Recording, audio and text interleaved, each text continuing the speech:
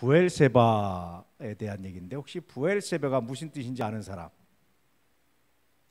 부엘세바. 부엘세바. 그럼 어떤 유래가 있는지 아는 분?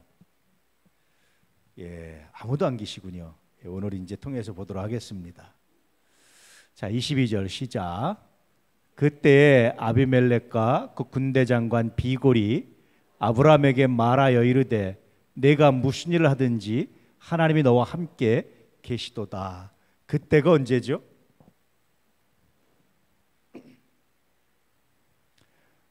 그때가 언제입니까? 사라와 아비멜렉의 일이 있을 때. 또 언제죠? 예, 사라와 아브라함에게 어떤 기적이 나타납니까? 여러분 지난주에 하나도 기억 안 하세요? 정말 이러식입니까? 너무 하시는 거 아닙니까? 예, 사라가 몇 세 아들을 낳죠? 아브라함이 몇 세 아들을 낳죠? 굉장히 놀라운 겁니다. 그때. 근데 그보다 더 큰 기적이 부엘세바예요. 여러분 그 광야 지역은요 굉장히 넓고 그런데 물론 풀도 많지 않아요. 그런데 이스라엘이나 이런 데 가면요 양들이 아무것도 없는데 뭘 뜯어 먹어요. 그래서 멀리서 보면 꼭 돌들을 먹는 것처럼 보인다고 그래서 저 양들은 돌을 먹나 보다 이런 이제 이야기도 있는데, 가까이 가보면 아주 이끼처럼 작은 거, 아주 거친 풀, 이것들을 뜯어 먹어요 양들이. 이쪽 지역 양들은요 그리고 이렇게 뭔가 이렇게 물주머니처럼 뭐 그런 걸 이렇게 몸에 달고 다니는 것처럼 뭐 그런 것도 있고요. 굉장히 이 환경에 맞게끔 생존하기 위해서 다양한 것들이 개발되고 이렇게 나타나고 몸에 그렇습니다. 근데 어쨌든 뭐가 없으면 못 살죠? 우물이 없으면 못 살아요. 그래서 기술이 뭐냐면 우물을 파는 게 기술이에요. 그래서 이 아브라함이 광야 지역에 거했는데도 불구하고 우물을 파고, 우물을 파서 그 많은 양떼들이 먹고 살고 가축들이 먹고 사람이 먹고 살고 사는 걸 보고 사람들이 뭐 합니까? 놀라는 거예요. 아브라함에 놀랐던 사람이 또 누구한테 놀랍니까? 나중에 아브라함의 아들 이삭에게 또 놀랍니다. 그래서 아브라함이나 이삭이나 이런 사람들은 마치 사람들이 보기엔 뭐처럼 보입니까? 우물 파는 전문가처럼 보이는 거예요. 지금이야 수맥 탐사를 한다든지 여러 가지 방법으로 물이 있는지 없는지 알고 또 깊이 뭐 4,000m까지 뚫어서 우물을 파지만 그 당시 기껏해서 사람이 파는 거잖아요. 그러니까 물이 어디까지 뚫고 들어왔는지 알아야 파는 거잖아요. 이걸 알 수 있는 방법이 없어요 그 당시에. 근데 어떤 사람이 우물을 발견했다 그러면 그래서 뭐가 됩니까? 야, 너 정말 신의 도움을 받았다. 신이 너와 함께한다. 그런 뜻입니다. 실제로 그래요. 마치 여러분 모래가에서 구슬 하나 찾듯이 어디를 파야 이게 나오겠어요? 어디를 파야?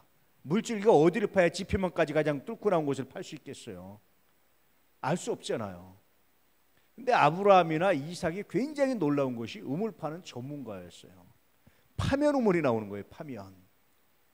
그러다 보니까 사람들이 어떻게 하죠? 이건 놀라울 수밖에 없어요. 기적일 수밖에 없어요. 그래서 판 우물 중에 하나가, 사건에 연루된 우물 중에 하나가 부엘세바라는 우물이에요. 이 부엘세바 우물은요 1954년도에 고고학자들에서 발굴이 됐어요. 거기에 나오는 여러 가지 청동기 유물이나 많은 것들이 발굴이 돼서 이것이 최소한 BC 3000년경 뭐 그 어간이지 않을까라는 그런 연구가 됐어요. 아브라함이 BC 2000년 정도 사람이거든요. 이미 그 어간에 이 부엘세바라는 우물이 고고학적으로 발굴이 돼서 그 지역에서 발굴이 돼서 유물도 발굴이 되면서 많은 연대 측정법에서 측정이 되면서 이제 부엘세바라는 우물이 역사 안으로 등장을 합니다. 성서에 있던 우물이 역사 안으로 나타나는 것이 1954년이에요. 여러분 성서 이야기들은 참 재밌어요. 성서 이야기를 사실로 믿고 탐구하는 사람들이 있어요. 그 중에 하나가 누구라고 그랬습니까? 서기왕 록펠러라고 말씀드렸잖아요. 성서에 역청이 나온다는 얘기를 듣고, 성서에 역청이 있거든요. 역청이 언제 나오죠? 역청이 언제 나옵니까? 노아 방조. 또 역청 구덩이 아시죠? 역청 구덩이 기억 안 나세요? 제가 여러 번 설명드려도 여러분이 잊어버리는 전문가시군요. 확실합니다. 어쨌든 이런 역청이 나오는데 역청은 어디서 추출됩니까? 서기에서 추출되는 거예요. 그 역청이 나온다는 얘기는 거기에 역청이 있단 말은 석유가 있단 말이다. 그리고 석유 탐사를 해가지고요, 세계적인 석유왕이 되는 거예요. 성서의 기록을 단순히 그냥 신화로 보는 사람이 있고 사실로 보는 사람인데, 사실로 보고 지금도 찾아 나서는 사람들이 있어요. 그래서 발굴된 것 중에 하나가 부엘세바, 또 발굴된 것 중에 하나가 뭡니까? 이집트의 람색 같은 도시라고 말씀드렸죠. 전에도 말씀드렸지만 람셋이라는 도시는 나중에 후대에 있던 도시지 모세 시대에는 없던 도시다. 그러므로 성서가 거짓말이다, 후대에 조작된 거다, 이렇게 주장했던 거예요. 근데 실제로 람셋이 발굴됐습니다. 저도 람셋을 가봤어요. 그래서 이것 때문에 거짓말이라고 했다가 이 람셋 때문에 다시 성서가 진짜네 라고 말할 수밖에 없는, 거기에 나오는 많은 유물들이 발굴됐는데 그것이 모세 시대입니다. BC 1200년, 1300년, 1400년 뭐 이런 시대예요. 그래서 비로소 사실로 증명이 됩니다. 여러분, 하나님의 역사는요 굉장히 놀랍습니다. 성서의 굉장히 큰 특징이 하나가 뭐냐면 역사성이에요. 역사성. 하나님 분명히 역사 안에 살아 숨쉬고 역사를 통해서 말씀하시고 역사를 통해서 증거를 남겨놓으셨어요. 이스라엘 땅을 택하신 이유 중에 하나가 뭘까? 많은 사람들이 연구를 하는데 그 중에 하나가 뭐냐면요, 고고학적 발굴이 굉장히 용이해요. 썩질 않아요. 부패를 안 해요. 잘 습기가 없어서. 그래가지고요, 부패를 안 해서 파보면, 층을 파보면 시대마다 역사가 나와요. 텔 아비브 뭐 이런 텔이란 말 쓴 게 이게 언덕인데 원래 처음부터 언덕이 아니라 도시가 하나 무너지면 그걸 그냥 초토화시키고 다시 성을 쌓고, 무너지면 다 부시고 다시 쌓고, 무너지면 부시고 다시 쌓고, 이래가지고 파면요 계속 옛날 도시 흔적들이 나와요. 그래서 하나님의 이스라엘 역사 땅, 그 땅 안에 뭘 남겨놨냐면 하나님의 역사, 성서의 역사를 파면 다 기록이 돼서 나타나기 시작해요. 우리나라 경주 같은 데도 그렇다고 그러죠. 땅만 파면 유물이 나와가지고 하기 힘들다고 할 정도로 그렇다고 그러잖아요. 근데 이스라엘은 특히 더합니다. 그래서 많은 학자들이 아마 하나님께서 가나안 땅을 선민들에게 주신 이유는 이렇게 충분히 기록하지 못하던 시대에 이렇게 기록하게 하시는, 남겨놓으시려는 이유도 있었겠다, 그런 이제 추측을 하게 됐죠. 자, 어쨌든 이런 증거를 보는 사람이 있고 보지 못하는 사람이 있어요. 근데 재밌는 게 그때에 아비멜렉과 군대 장관 비골 1인자와 2인자입니다. 권력서열 1, 2위입니다. 이런 사람이 아브람을 찾아왔어요. 아브람은 이 당시에 우리가 굉장히 큰 세력으로 보지만 사실은 떠돌입니다. 떠돌이 족장에 불과해요. 지금 베두인처럼. 히브리라는 말의 어원이 어디서 왔다고 그랬죠? 여러 번 말씀드렸죠?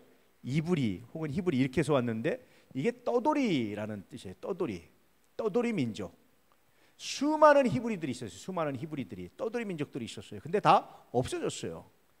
어떤 나라에 이렇게 복속된다, 용병으로 나갔다가 죽는다든지, 그 민족에 이렇게 포함돼서 그냥 없어져 버린다든지, 이런 식으로 없어졌어요. 근데 유일하게 나라에 있는 히브리 떠돌이 민족이 유대인들이었어요. 그래서 히브리인 그러면 유대인 뭐 이렇게 이제 인식이 된다라는 거죠.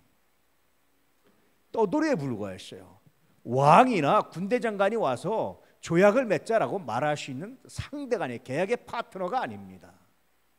근데 이들이 와서 계약을 맺자고 말하는 거예요. 왜냐하면 내가 무슨 일을 하든지 하나님이 너와 함께 계시다. 어떻게 알았을까요? 뭘 보고 알았을까요? 어떻게 알았을까요, 여러분? 오늘날에도 제가 말씀드리지만 많은 성서의 고고학적 증거들이 나타나고 성서의 기록이 사실상수 많이 나타나는데 아는 사람만 알고 모르는 사람은 몰라요, 여전히. 소수의 사람들만 알고 대부분의 사람들은 몰라요, 여전히. 그렇죠?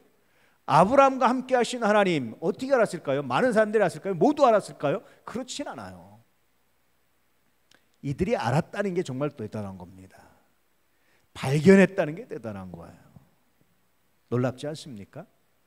또 하나는요, 여러분 지금처럼 무슨 주식을 해서 한꺼번에 대박이 날 수 있는 때가 아니잖아요. 근데 아브라함이 그 안에서 기거하다 보니까 복 받는 게 보이는 거예요. 이게 굉장히 놀라운 겁니다. 이걸 발견한 사람도 대단하고 하나님께서 사람들에게 발견할 수 있도록 많은 증거를 보여주시는 거예요. 이 두 가지가 동시에 나타난 것이 바로 이 사건입니다. 제가 사실은 요즘에 굉장히 반성하는 것 중에 하나가 있어요. 제가 10의 1주나 이런 헌금을 많이 안 가르쳤는데 사실은 여러분 좀 가르쳐야 되겠다는 생각이 들었어요. 왜냐하면 요즘에 하나님을 만나는 방법 중에 하나 그런 거겠다라는 생각이 들었어요. 여러분 자신의 삶들을 보십니까? 저는 여러분들의 삶을 보잖아요. 제가 늘 묵상하면서 보잖아요. 그러니까 하나님의 도우심이 보여요. 내 눈에 하나님의 은혜가 보여요. 하나님의 채우심이 보여요. 하나님의 역사하심이 보여요. 근데 정작 자기 자신도 못 보는 사람들이 굉장히 많아요. 그래서 하나님께 예배 드린 것의 가치, 하나님께 예물을 드린 것의 가치, 11조를 드리면 복을, 창고에 쌓을 곳이 없도록 복을 분나 시험해 보라고 말씀하시는데, 이런 것들에 대해서 둔감하게 살다 보니까 뭡니까? 신앙의 가치를 잃어버리는 경우들이 너무나 많아요. 좀 알게 해야 되겠다라는 생각이 들었어요. 알게 해야 되겠다. 좀 알려줘야 되겠다. 신앙을 좀 알고 하나님의 살아계심을 이걸 통해서 좀 알려줘야 되겠다. 제가요 많이 보면 예수 안 믿는 사람 하나님이 내버려 두세요. 그냥 내버려 두시거든요. 그래서 그들은 잘 표가 안 나요. 근데 예수 믿는 사람들은요 안 하잖아요. 반드시 그만큼 지출되게 돼 있어요. 목돈이 나가게 돼 있어요. 여러분 못 보십니까? 제가 많이 보고 이야기하는데 본인들이 정작 못 깨달아요. 하나님이 주시는 복은 두 가지예요. 첫 번째는 수입의 복입니다. 두 번째는 지출의 복이에요. 근데 우리는 수입의 복만 생각하죠. 여러분 지출의 복이 진짜 복입니다. 아무리 많이 받아도 다 나가면 남는 게 없으면 무슨 복이에요 이게. 조금 벌어도 남는 게 있어야 복입니다. 할렐루야. 쓸데없이 사고로 나가지 않는 게 이게 복이라니까요. 하나님이 지출의 복을 주셔요. 근데 사람들이 지출의 복을 몰라요. 이게 어떤 의미가, 이게 어떤 가치가 있는지 몰라요. 말라기서에 보니까, 학개서에 보니까 뭐라고 그럽니까? 여호와의 전의 지대를 쌀 때와 새로 쌀 때와 쌓지 않을 때를 비교해봐라. 이전과 이후를 비교해봐라. 학개서에 그렇게 말씀해주고 있잖아요. 그전에는 밑 빠진 독에 물 붓기였지 않느냐. 근데 지금 봐라, 남지 않느냐. 지출의 복에 대해서 말씀하시는 거예요. 이 복을 볼 수 있는 은혜가 있기를 축복합니다. 이 이방인이었던 아비멜렉과 군대장관 비골도 봤는데 소위 하나님을 믿는다고 하면서 이 복을 보지 못한다면 그건 정말 슬픈 일입니다. 그리고 그 헌신의 가치를 모른다면 그건 정말 슬픈 일입니다. 헌신의 기회를 놓친다면 그건 정말 더 슬픈 일입니다. 이것을 볼 수 있는 은혜가 있기를 축복합니다. 그래서 우리 교인들이 이걸 보고 좀 믿음이 자랐으면 좋겠다는 생각으로 가르쳐야 되겠다는 생각을 첫 번째 했어요. 두 번째는 제가 재무위원회 재정을 맡기려고 하다 보니까 사실은 내가 지는 질문, 내가 이렇게 우리 재정사정이 지지만 졌던 짐을 이렇게 넘기는 것 같아서 마음이 아파서 좀 그 짐을 어떻게 하면 좀 가볍게 넘겨줄 수 있을까 이런 생각도 사실은 저희 고민 가운데 있어서 지금 가르쳐야 되겠다라는 생각을 했어요. 어떻게 하면 좀 가볍게 넘겨줄 수 있을까? 어떻게 하면 재무위원들이 시험에 안 들고 좀 가볍게 이 일을 감당할 수 있을까? 사실 이제 이런 고민이 저한테 있어서 이런 생각들 더더욱 하게 됐습니다. 이런 주 안에서 믿음 안에서 하나님의 역사를 바라봤던 이 이방인들처럼 바라볼 수 있기를 주의 이름으로 축복합니다. 할렐루야. 자, 23절. 그런즉 너는 나와 내 아들과 내 손자에게 거짓되 행하지 아니하기를 이제 여기서 하나님을 가리켜 내게 맹세하라. 내가 내게 후대한 대로 너도 너와 내가 머무는 이 땅에서 행하여 보이라. 아비멜렉의 집이 뭐가죠? 생산이 중단됐었죠. 사라 일 때문에. 다시 이제 자녀를 낳기 시작해서 굉장히 놀라운 겁니다. 그렇게 자녀를 놓고 보니까 아비멜렉이 어떤 생각이 드는 거예요? 야, 이게 자녀를 주는 것이 하나님의 능력이구나. 근데 누구를 통해서? 아브라함을 통해서. 아브라함이 복을 비니까, 아브라함이 축복하니까 자녀를 주시는 거 보니까 이건 하나님이 너와 함께한다는 증거다라는 거기도 합니다. 그래서 야, 내 자녀들 자자손손, 내 자녀들 자자손손, 우리 서로 우후조약을 맺자, 화평조약을 맺자, 그렇게 말하는 거예요. 그때 24절에 이렇게 말하는데 여러분 같으면 뭐라고 말하겠습니까? 와, 왕 폐하 전하, 왕이여 대왕이시여 감동입니다. 알겠습니다. 축복합니다. 그러잖아요. 그렇죠? 근데 아브라함은 그렇게 안 합니다. 자, 이렇게 말합니다. 24절 시작. 예, 이렇게 말한 다음에 25절.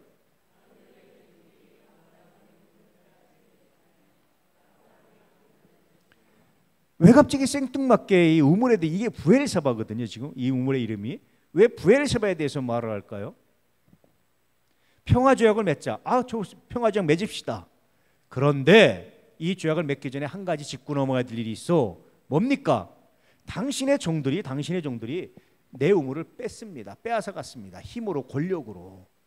이런 얘기를 하는 거예요. 왜 이런 얘기를 했을까요? 이 지역은요, 우물이 귀해요. 그래서 늘 뭘 가지고 싸우겠어요? 물을 가지고 싸워요. 여러분, 영어에 라이벌이라는 단어 있죠? 이게요, 서로 강을 두고 다투는 사람들이에요. 강. 옛날에 수렵하고 채집하고 막 이럴 때 서로 강을 두고 강을 차지하려고 다투는 사람들, 이 사람들에서 말에서 나와서 이제 라이벌이라는 말이 나와요. 우물을 두고 다투는 거예요. 늘 다투는 거예요. 그래서 지금 평화조약을 맺어도 또다시 우물을 두고 다투면 이 평화조약은 유지가 됩니까? 안 됩니까? 안 되는 거예요. 그래서 아브라함은 진짜 평화조약이 되려면 뭐가 없어야 됩니까? 갈등의 소지를 먼저 해결해야 된다고 보는 겁니다. 이게 진짜 평화조약입니다. 우리는 그저 좋은 게 좋은 겁니다 해서 넘어갈 수 있잖아요. 그저 우리는 좋은 게 좋은 거니까 내가 참으면 되지라고 말하는데 그렇지 않아요. 여러분, 조약을 맺을 때는요, 뭔가 서로 조약을 맺고 뭔가 서로 약속을 할 때는 정확하게 드러내고 이야기하고 해야 돼요. 그렇지 않으면 어떡합니까? 속으로만 감추고 있으면 다시 불화의 씨앗이 되는 거예요. 아브라함이 이 얘기를 한 것은 정말 아비멜렉과 평화조약을 맺고 싶었던 거예요. 또 하나는 아비멜렉의 죄를 정확하게 회개하게 해서 어떡합니까? 아비멜렉에게 정말 하나님께서 복이 되게 하고 싶었던 거예요. 첫째는 우물에 대한 다툼, 근원을 없애려는 목적이 있고, 두 번째는 정말 아비멜렉이 자기와 평화할 때 하나님의 복을 받게 하기 위해서. 그러려면 뭡니까? 이 죄가 해결된단 말이에요. 그래서 아브라함은요, 정말 복의 근원이 돼요. 너는 복의 근원이 될지라 라고 말할 때 이 약속은 아브라함은 이렇게 지켜가는 거예요. 저는 이 아브라함의 이 행동을 보면서 정말 놀랍다라는 생각을 했어요. 하나님이 너는 복의 근원이 될지라 라고 말씀하신 것을 이렇게 지켜가는구나. 그냥 단순히 그 일이 이루어지겠지 하고 잃어버리는 것이 아니라 늘 그 말씀을 묵상하고 자기와 만나는 그 사람이 어떻게 하면 자기로 말미암아 복을 받을 수 있을까, 이런 생각을 하는 거예요. 그러기 위해서 다툼의 근원을 없애고 자기한테 잘못한 것을 회개할 수 있는 기회를 주고, 그래서 하나님이 아비멜렉을 복을 주는데 걸림돌이 되지 않도록 하나님이 그렇게 말씀하시는 거예요. 저도 이 말씀을 묵상하면서 아브라함을 참 많이 묵상하고 저도 많이 깨닫고 그렇습니다. 어떤 문제에 대해서 이야기하는 것은 그냥 좋은 게 좋은 것이 아니라, 이야기할 수 있는 것은 내 마음의 악함이 아니라 정말 그가 복을 받게 하기 위한 마음으로 다듬고, 그랬을 때 그 문제를 이야기할 수 있어야 되겠다라는 생각들을 참 많이 하게 돼요. 성서를 묵상하다 보면 하나님의 지혜가, 하나님의 은혜가 이 안에 있습니다. 할렐루야. 여러분, 이제 서로 앞으로 이야기할 때 대충 넘어가지 마시고 정확하게 따지고, 따질 거 따지세요. 그리고 나서 정확하게 말하고, 그리고 나서 이해하고 덮고 축복하고 지킬 거 지키고. 할렐루야. 그러셔야 비로소 진짜 조약이 되고 진짜 약속이 되는 거예요. 대충 넘어가면, 그때 힘들다고 대충 넘어가면 나중에 반드시 불행의 씨앗이 됩니다. 힘들어도 처음에 까다롭게 제대로 만들어 가야 돼요. 아브라함은 그렇게 하고 있는 겁니다. 근데 그것도 그냥 하지 않아요. 자, 26절. 아비멜렉이 이르되 누가 그리하였는지 내가 알지 못하노라. 너도 내게 알리지 아니하였고 나도 듣지 못하였더니 오늘에야 들었노라. 왕이 밑에 사람들이 하는 일을 어떻게 다 알겠어요? 내가 몰랐다. 너도 말 안 했고 나도 몰랐고 내가 지금 들었다. 아비멜렉이 이렇게 이제 변명을 합니다. 그러자 아브라함이 이렇게 말하죠. 시작. 아브라함이 양과 소를 가져다가 아비멜렉에게 주고 두 사람이 서로 언약을 세우니. 그냥 해도 되잖아요. 근데 아브라함이 꼭 양과 소를 가져다가 아비멜렉에게 주고 언약을 세운 이유가 뭐겠어요? 여기 누구 땅입니까? 아비멜렉의 땅이에요. 우물을 팠지만 언제든지 아비멜렉의 사람들이 와서 야, 우리 땅이야, 니네 땅이야, 너 집 가. 그러면 어떻게 합니까? 애들이 여러분 놀다가, 자기 집에 놀다가 재밌는 장난감이 있어요. 자기 가지고 있다가 얘가 와서 막 갖고 놀면 어떡하죠? 내 거야, 니네 집 가. 그럼 어떻게 해요? 이게 그 애들 같은 싸움이죠. 그러니까 아브라함이 어떻게 하는 겁니까? 정확하게 너 땅이지만 너와 나 사이에 계약을 세워서 내가 산다라는 거예요. 나중에 아브라함은요, 사라가 죽을 때도 어떻게 합니까? 막벨라고를 정확히 값을 주고 사요. 그것도 제대로 값을 주고 사요. 적당히 대충 깎아서 사는 게 아니라 제대로 값을 주고 사요. 여러분, 값을 치를 건 치러야 됩니다. 할렐루야. 치를 건 치러야 되는 거예요. 치르지 않으면 안 됩니다. 치를 건 치러야 비로소 그래서 제대로 된 값이, 제대로 된 사건이 나타나기 시작하는 거예요. 어쨌든 아브라함은 이렇게 제대로 값을 치릅니다. 그리고 28절, 아브라함이 7 암양 새끼를 따로 놓으니.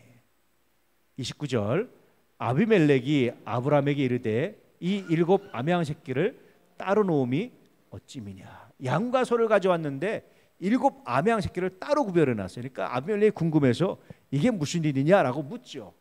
그러자 아브라함이 이렇게 말합니다. 아브라함이 이르되 너는 내 손에서 이 암양 새끼 7을 받아 내가 이 용을 판 증거를 삼으라 하고. 이 암양 새끼 7을 왜 줬을까요? 왜 암양을 또 줬을까요? 그것도 7을. 물론 숫자 7은 완전 숫자이기도 해요. 이 암양 새끼, 암양 7은 어떤 의미가 있을까요, 여러분? 왜 수컷이 아니고 암양일까요? 앞으로 아비멜렉이요, 하나님의 아브라함이 아비멜렉을 축복하는 겁니다. 암양 새끼를 통해서 줄 때 이 암양 새끼가 어떻게 하지? 계속해서 새끼를 낳고 다른 것보다 튼실하게 새끼를 낳을 때마다 아비멜렉은 뭐를 생각하는 거예요? 야, 하나님과 함께하는 사람 아브라함의 복이 이렇게 귀하구나. 우물마저 네 거 맞아. 이걸 볼 때마다 아비멜렉은 새롭게 생각하는 거예요. 자기 부하들에게 자기 암양을 맡아서 기르는 그런 신하들이 와서 보고할 때마다 어떡합니까? 아비멜렉은 새롭게 생각하고 새롭게 생각하는 거예요. 각인시켜 주는 거예요. 그래서 이 양들로 말미암아 아비멜렉이 복을 받는데 아브라함이 굉장히 그냥 하나님 축복합니다라고 끝나는 것이 아니라 실제로 증거를 하나 주는 거예요. 그 증거를 줘서 이 암양 새끼가 다른 것보다 더 튼실하게 새끼를 낳을 때마다 아비멜렉은 기억할 수밖에 없는 거예요. 맞아, 그 우물은 아브라함 거야. 아브라함이 나에게 복을 줬을 때, 아브라함이 나를 축복했을 때 내게 이런 복이 임했어. 저 사람은 하나님의 사람이야. 존중해야 돼. 이런 생각이 만연하게 되면 나중에 아브라함이 그 땅을 누구한테? 아브라함과 아브라함의 자녀들에게 하나님 주신다고 말씀하셨는데 아브라함이 그 땅에서 어떤 역사를 이어가겠어요? 여러분, 여기에 실패했을 때 나중에 힘으로 뺏는 거예요. 아브라함의 이런 여정이 성공적으로 잘 이어졌다면 어떻게 됐을까요? 야곱이나 에서가 아브라함의 이런 신앙을 잘 이어받았다면 어떻게 됐을까요? 그 땅을 힘으로 뺏는 것이 아니라 뭐로 뺐습니까? 덕으로, 은혜로 다스리면 사람들이 어떻게 하죠? 선지자로 하나님의 사람들을 인정하면서 존중하면서 정말 그 땅이 하나님 나라와 같은 정말 멋있는 땅이 될 수 있었어요. 저는 아브라함의 여정을 보면서 이걸 발견해요. 정말 놀랍다. 그 땅을 준다고 했는데 그렇게 힘으로 군대를 통해서 진멸하지 않아도 되는 그 땅의 사람들을 감동시키면서 뭐합니까? 하나님을 알게 하고 하나님을 믿게 하고 죄를 중단하게 하고 죄를 회개하게 하고 이러면서 그 땅을 변화시켜갔던 아브라함의 발걸음의 여정들을 봐요. 참 놀랍지 않습니까? 정말 놀랍잖아요.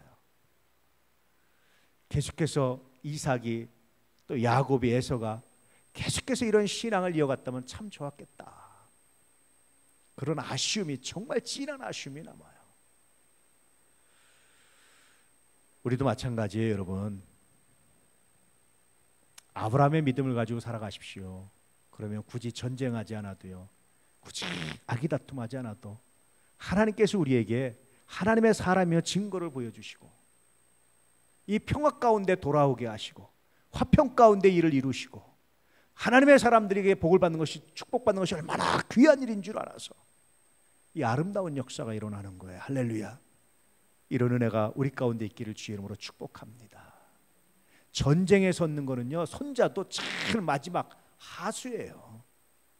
전쟁하지 않고 이기는 게 진짜 이기는 겁니다. 아브라함은 그런 길을 걸어가잖아요. 놀랍지 않습니까? 이런 구절 하나하나에서 정말 아브라함의 놀라운 신앙, 성숙한 신앙을 봅니다. 근데 아브라함의 성숙한 신앙의 근거는 어디 있습니까? 하나님과 함께하는 거예요. 하나님의 약속을 신뢰하고 그 약속을 내가 어떻게 하면 순종하고 그 약속이 이루어지는데 어떻게 하면 내가 도구가 될 수 있을까? 늘 이것을 묵상하면서 아브라함은 그 길을 걸어가는 거예요. 하나님의 약속이 있으니까 되겠지, 때가 되면 되겠지, 함부로 마음대로 하는 게 아닙니다. 그 약속을 믿고 내가 어떻게 하면 그 약속이 이루어지는 도구가 되게 할 수 있을까? 신실하게 묵상하면서 가는 거예요. 할렐루야. 우리 교회 안에도 여러분 이렇게 아브라함처럼 복의 모델이 되고 복의 근원이 되고 서로 축복하기 위해서 신실하게 하나님의 약속의 말씀을 믿고 신뢰하고 다툼이 아니라 평화 가운데 하나님의 약속을 이루어가는 믿음의 역사가 있기를 주의 이름으로 축복합니다. 저는요, 제가 목회하면서 제일 신경 쓰고 제가 제일 예민하게 바라보는 한 불륜가 있는데 뭔지 아세요? 물론 첫째는 이단이에요. 혹시 이단적인 사상 들어올까? 신천지 같은 이단이 들어올까? 늘 제가 예민하게 봐요. 종종 얘기도 하죠. 꼭 신천지 같아요. 뭐 같아 이렇게 얘기도 하죠. 제가 유심히 봐요. 두 번째 보는 게 있어요. 교회를 여러분 정치적 관점에서 교회를 보는 것은 정말 잘못됐어요. 어떤 직분을 얻기 위해서 정치적으로 행동하는 것, 이건요 하나님이 정말 기뻐하지 않으세요. 그건 옳지 않아요. 하나님이 기뻐하지 않습니다. 파당을 진 모든 사람들의 성서적 결과를 보세요. 모세에게 대해서 파당을 진 사람들, 교회 내에서 파당을 진서 어떤 결과를 맞이했는지 완전히 망하는 거예요. 그건 정치적으로 교회를 생각해서 신앙적으로 생각하지 않아서 그래요. 여러분 교회는 첫째도 둘째도 셋째도 열째도 신앙입니다. 할렐루야. 신앙 외에 다른 관점은 조금이라도 개입되면 안 돼요. 오직 신앙으로, 오직 믿음으로, 오직 말씀으로, 오직 순종함으로 이 관점 외에는 다른 것들은 조금 더 섞이면 안 됩니다. 아브라함은 신앙으로 본 거예요. 이런 역사가 있기를 주의 이름으로 축복합니다. 할렐루야. 자, 31절 두 사람이 거기서 서로 맹세하였으므로 그것을 부엘세바라 이름하였더라. 일곱 우물이란 뜻입니다. 일곱 우물. 일곱 양 혹은 언약의 우물 뭐 그런 뜻이기도 해요. 부엘세바는.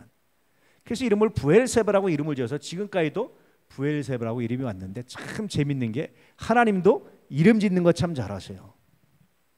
이름 바꾸기도 하시고 아브라함도 가는 곳마다 뭐 하죠? 원래 이쪽에다 지명들이 있어요. 근데 아브라함이 꼭 이름을 져요. 사람들이 이름을 짓고 부르게 합니다. 왜 그렇습니까? 그냥 지나치지 않고 기념하는 거예요. 여러분 기념하는 겁니다. 저는 여러분들이 요즘 사람들이 뭐 영성일기 혹은 큐티 혹은 뭐 이런 말 하는데 그런 거 안 쓰더라도 여러분들이 좀 이렇게 사건들을 기록하고 기념하면 참 좋겠어요. 기록했으면 좋겠어요. 그냥 잃어버리면요 수많은 하나님의 은혜들이 그냥 묻혀버려요. 이렇게 묻혀버려요. 근데 기록하면 살아납니다. 이게 살아납니다. 얼마나 놀라운지요. 얼마나 귀한지. 얼마 전에 말씀드린 것 같은데 몇 년 전에 조선시대 어떤 양반의 묘가 우연히 자손들이 후손들이 이장을 하다가 파보니까 거기서 아직 썩지 않은 편지가 하나 발견됐어요. 생전에 주고받았던 편지를 이제 이렇게 시신과 함께 이렇게 묻어준 거죠. 자손들 아마 썩어서 없어질 거라 생각했는데 썩지 않았어요. 이게 발굴돼서 보니까 어떻게 살았는지 이런 것들이 드러나기 시작해요. 참 재밌었어요. 저는 그걸 보면서. 기록은 물론 없어질 수도 있지만 존재할 가능성이 크다라는 거예요. 그래서 이름을 잃어버리고 그냥 없어진 사람인데 아무도 기억 못하는 사람인데 아주 하극관리였는데 그 이름을 가지고 그 편지를 가지고 그 사람이 다시 재조명되고 연구되고 그 사람을 통해서 연구하고 그 시대상을 연구하고 그렇게 됩니다. 하나님의 역사를 기록하십시오. 그리고 고백하십시오. 그리고 기념하십시오. 할렐루야. 기념하는 은혜가 있기를 주의 이름으로 축복합니다. 이스라엘 백성들도 요단강을 건널 때 돌을 가져서 어떻게 하죠? 돌탑을 쳐서 기념해요. 이 돌탑에 이게 시조입니다. 이런 게 나중에 돌탑이 운하에서 무슨 우상 숭배하는 것처럼 이런 걸 바뀌었지만 원래 돌탑은 뭡니까? 기념이에요. 기념. 하나님의 역사를 기념하는 거예요. 이거 뭐지? 그런 뜻이래. 그래서 쌓았대 라고 기념하는 거예요. 기념해 갈 수 있기를 축복합니다. 아멘. 그래서 그 이름을 부엘세바라라고 부르게 됐습니다. 자, 32절 그들이 부엘세바에서 언약을 사오매 아벨렉과 그 군대 장관 비골은 떠나 블레셋 사람의 땅으로 돌아갔고. 자, 33절 아브라함은 부엘세바에 에셀나무를 심고 거기서 영원하신 여호와 이름을 불렀습니다. 이게 중요해요. 이름을 부엘세바라 지을 뿐만 아니라 에셀나무는요 이 사막에 자라는 굉장히 단단한 나무입니다. 근데 아브라함이 이걸 갖고 다니면서 심는 거예요. 여기서 그 나무가 자라서 이 우물가에서 그늘이 맺힐 때 많은 사람들이 쉬어가면서 뭘 생각합니까? 부엘세발의 이 우물 이름이 아브라함과 아비멜렉의 이야기를 하는 거예요. 오늘날 드라마처럼 점점 이야기를 하면서 거기서 그 우물에서 쉬어가면서 이야기하면서 사람들이 뭘 얘기하겠어요? 하나님의 살아계심에 대해서, 이 땅에 하나님의 섭리가 있었다는 것에 대해서 이야기하기 시작하는 거예요. 놀랍잖아요. 이게 여러분 마치 성서처럼 땅에 그 지역의 기록을, 하나님의 역사를 기록해 놓는 겁니다. 정말 놀랍지 않습니까? 정말 귀하지 않습니까? 거기다 우물을, 그늘을 만들어줘서 지나가는 나그네 누구든지 와서 쉬면서 우물가에서 하나님을 이야기할 수 있도록 만든 아브라함의 마음. 그리고 아브라함은 거기서 뭐 하죠? 여호와의 이름을 불렀다. 다시 말하면 거기서 어떻게 합니까? 하나님께 예배드리고 하나님을 찬양하고 하나님을 기뻐하고 하나님이 자기에게 주신 약속들을 기억하고 어떻게 하면 그 약속이 내 안에서 선하게 이루어질까를 기억하고 묵상하며 살아갔던 정말 놀라운 은혜가 있어요. 이게 아브라함의 여정입니다. 자, 34절, 그가 블레셋 사람의 땅에서 여러 날을 지났더라. 여러 해를 그 땅에서 평안히 아무도 타치하지 않고 건들지 않고 살았다. 언제까지? 하나님이 떠나서 이동하라. 이제 이 땅은 됐다. 다음 땅으로 가라라고 말할 때까지. 좀 더 부연해서 말씀드리면 나중에 아브라함 자손들이 이걸 잃어버려요. 사실은 잘 못 지켜서 결국 싸워서 얻어요. 싸워서 얻었는데도 불구하고 이스라엘 백성이 다시 이 땅에 돌아왔을 때 곳곳에 누구의 흔적이 남아있어요? 조상 아브라함의 흔적이 곳곳에 남아있는, 곳곳에 조상 아브라함의 흔적이 남아있죠. 이 땅도 우리 조상 아브라함이, 이 땅도 우리 할아버지 아브라함이, 이 땅도 아브라함이, 여기도 우리 조상 아브라함이 하나님을 만나고 예배했던 곳. 그래서 아브라함 그 땅을 다 뭐로 만들어놨냐면 가는 곳마다 예배를 드리면서 예배처소로 만들어놨어요. 거룩하고 영적인 땅으로 만들어놨어요. 그 땅을 아브라함이 먼저 가면서. 놀랍지 않습니까? 정말 아브라함은 믿음의 조상이라 불릴만 하다. 물론 그의 믿음은 완전하진 않았어요. 지난주도 봤지만. 그런데 이렇게 그의 믿음이 자라가서 다음 주에는 여러분 상상하기 어려운 놀라운 믿음의 결단을 아브라함이 합니다. 그 결단을 바라보면서 다시 한번 우리 믿음을 점검하고 이제 아브라함처럼 여러분들이 발걸음에 닿는 곳곳마다 예배의 현장으로, 말씀의 현장으로 만들어가는 은혜가 있기를 축복합니다. 무엇보다도 많은 사람들에게 야, 너를 보니까 정말 하나님이 살아계신 것 같다. 단순히 이게 물질의 복만 말하는 것 같아요? 건강의 복만 말하는 것 같아요? 그렇지 않아요. 다 망했는데도 불구하고 그 중에 기쁨이 있고 감사 있고 하나님을 찬양한다면, 정말 절망스러운 소식 가운데서도 소망을 말할 수 있다면, 실패와 아픔 가운데서 감사를 말할 수 있다면, 사람들은 비로소 너를 보니까 하나님이 살아계신 것 같다라고 말하는 거예요. 굶고 못 먹을 때는요, 잘 살게 되면 하나님이 계시다고 생각하는 거예요. 근데 지금 많은 사람들이 잘 살게 됐을 때는 뭡니까? 그거 가지고 이제 더 이상 감동을 안 하는 거예요. 아, 저 집이 땅 샀대. 옛날에는 그런 말 잘했죠. 옛날 분들은 시골에서 야, 누구네 땅 샀대. 부러워서. 지금은 누구네 땅 샀대. 그렇게까지 부러운 거 아니에요. 그렇게까지 뭐 이렇게 할 일은 아니에요. 누구네 집 샀대. 물론 축하할 일이면 그렇게까지 뭐 그렇게 감동적인 일은 아니에요. 지금은. 그러잖아요. 지금 그게 아니라 야, 저 사람은 그 환경에서도 기뻐한대, 감사한대, 절망하지 않는데, 야, 정말 죽고 싶을 텐데 죽음이 아니라 오히려 더 은혜의 길을 택했대. 이런 것들이 감동이에요. 그래서 여러분이 있는 곳에 하나님이 계심을, 하나님이 함께 하심을 증거하고 드러낼 수 있는 믿음의 역사가 있기를 축복합니다. 또 잘못한 사람, 그 잘못을 깨닫고 회개할 수 있는 기회를 주시고, 그가 회개하면 용서하시고 그 다시 하나님의 복을 받을 수 있는 그런 기회, 그런 기회를 여러분 마음껏 제공하는 은혜가 있기를 주의 이름으로 축복합니다. 할렐루야. 그럴 때 비로소 복되고 아름답습니다. 이 믿음의 역사를 만들어가는 하나님의 사람들 되시기를 축복합니다. 기도하겠습니다. 아버지.